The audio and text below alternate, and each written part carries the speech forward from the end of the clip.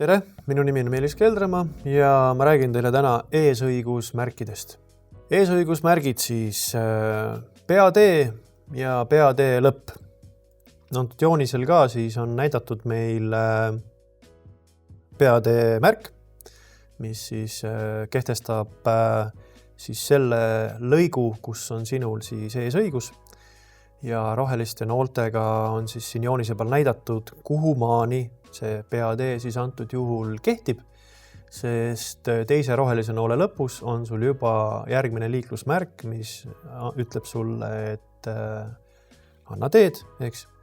Ja seega sealt sul enam peatee siis ei kehti.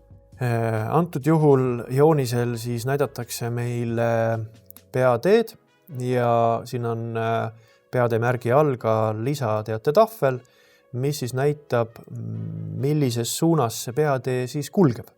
Antud juhul kulgeb ta siis vasakule, et paremale ja otse on siis kõrval tänavad.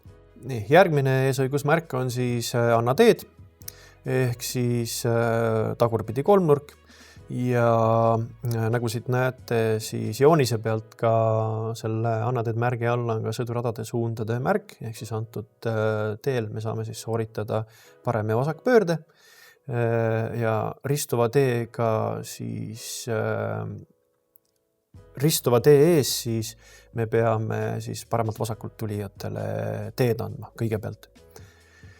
Ja järgmisel slaidil on see märk siis tagantpoolt vaates, ehk siis me tunneme ta kergelt ära, ehk siis ta on tagurpidi kolmnurk, eks ole, et me tunneme ka tagantpoolt selle märgi ära.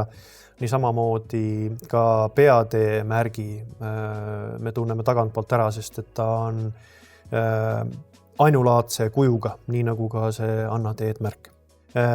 Stopp, peatu ja anna teed märk. Slaidi peal siis joonise peal on näha ka, kuidas ta liikluses võiks välja näha. Ehk siis see märk kohustub meid siis peatuma eelnevalt, kui me sõitu saame jätkata.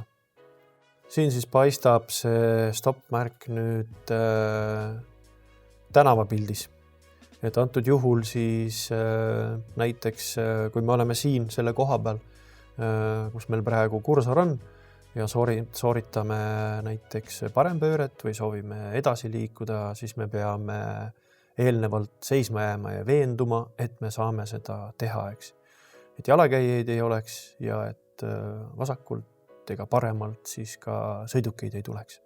Et me peame eelnevalt siin seisma jääma. Kuna me ei mahu teisele poole ülekäigurada, siis me peame siin enne ülekäigurada seisma jääma. Nii ja siin on taaskord meil slaidi peal siis toodud välja selle stopp-märgi ka seotud liiklusskeemid, 2 erinevat varianti. Et esimese vasakpoolse joonise peal siis on stopp-märk koos stopp-joonega, mis tähendab seda, et sa pead peatuma stopp-joone siis ees. Kui sul puudub stopp-joon, siis nagu parempoolsel joonisel ka näha on, pead sa peatuma siis ristuva tee serva juures. Antud juhul siis on meil siin stopp-märk ratturite pärast, eks? Et antud teel siis on jalakäijad ja ratturid liiklevad, et me peame olema tähelepanelikud. Siin on siis teelõik nüüd erinevate külgede alt vaadatuna, et stopp-märgi juures natukene lähemalt ja siis parempoolne slaid siis natukene kaugemalt. Et siin siis me peame ristuva tee serva juures seisma jääma eelnevalt, kui me jätkame sõitu. Siin antud juhul siis on joonise peal ristmik, millel iga tee siis otsas on peatu ja anna teed märk, eks ole, ehk siis stopp-märk. See tähendab seda, et me peatume siis ristuva tee serva juures ja kuna siin antud ristmikul muid märke ei ole, me lähtume siis parema käe reeglist. Et seega paremalt tulevale sõidukile me peame andma teed. Vastassuuna eesõigus ja pärisuuna eesõigus on siis järgmised eesõigusmärgid. Ehk siis vastassuuna eesõigus tähendab seda, et kui teil on ees selline liiklusmärk, siis te peate vastutuleva sõiduki läbi laskma. Sellised märgid võivad olla näiteks sildade peal, kui on sellised vanemad kitsamad sillad, siis tavaliselt läheb sellest sillast üle ainult üks sõidurada. Ja sõltub siis kummale poole silda siis milline märk pandud on. Näiteks ühel pool silda on vastassuuna eesõigusmärk ja teisel pool silda on siis pärisuuna eesõigusmärk näiteks. Siin siis antud juhul on tegemist mingisuguse,